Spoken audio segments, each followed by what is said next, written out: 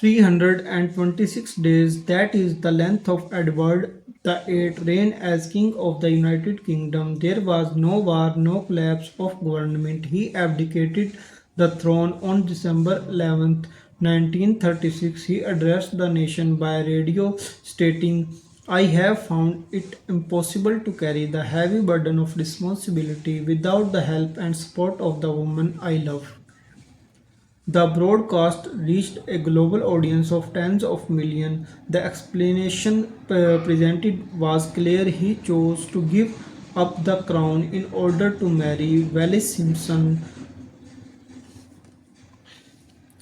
That account became the widely expected narrative. Edward had met Wallis Simpson in 1931. By 1934 and 1935, the relationship was known within British high society. When he became king on January 20th, 1936, following the death of his father George V, the situation quickly developed into a matter of state. Wallis Simpson was an American and twice divorced. Her second divorce was granted in October 1936 and finalized the following year. At the time, the British monarch also served as head of the Church of England, which did not permit remarriage if a former spouse was still living. The issue was therefore constitutional as well as personal. Prime Minister Stanley Baldwin informed the king that the government would not support the marriage. The dominions, including Canada and Australia, held the same position, and significant public opposition was expected. Edward proposed a more morganatic marriage in which he would remain king, but his wife would not become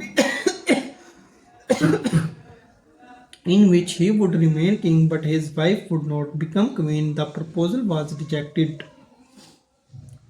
By mid 1936, the government was already aware of his intention to proceed.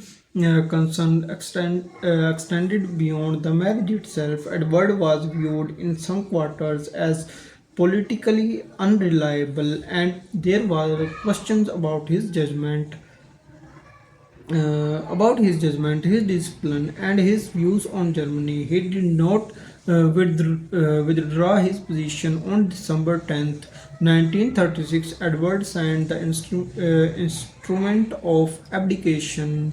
The following day, the decision was announced publicly on December 12th. His brother acceded to the throne as King George VI. Edward's reign had lasted 326 days. On June 3rd, 1937, he married Wallis Simpson in France. He had been given the title Duke of Windsor and lived largely in exile. Under a 1937 financial agreement with the British government, he received an annual allowance of £25,000 and relinquished claims to royal assets. In October of that same year, Edward and Wallis visited Nazi Germany, where they met Adolf Hitler. Photographs from the visit show Edward appearing to give a Nazi salute, though interpretations of the gesture remain debated. The visit took place prior to the outbreak of the Second World War. In 1945, German diplomatic documents known as the Marburg Files were discovered. The records suggested that Nazi officials considered Edward to be potentially sympathetic and discussed the possibilities, at least in theory, of restoring him to the throne in the event of a British defeat. The extent and seriousness of such plans remain debated, and some elements are unverified. The abdication has continued to be interpreted in different ways. The conventional account presents it as a personal decision made for marriage. Other interpretations argue that the government regarded Edward as incompatible with the constitutional role of monarch, citing his political conduct and preserved views. perceived views. Following his abdication, Edward remained largely outside the central function of the royal family and was not included in major royal events. During the Second World War, he served as governor of the Bahamas from 1940 to 1945. Winston Churchill, who had initially shown some sympathy, ultimately supported the government position.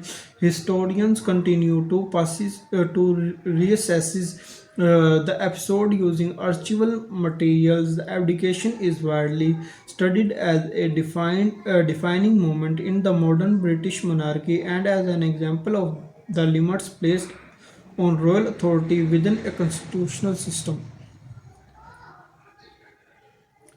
The central question has remained unresolved. The public explanation emphasized personal choice and marriage alternatives. Interpretation suggest a broader conflict between the monarch and the responsibilities of the role, with the marriage acting as the immediate cause rather than the sole issue. The result, however, is clear. Edward VIII left the throne in 1936, and the official account provided a concise explanation for a complex constitutional crisis.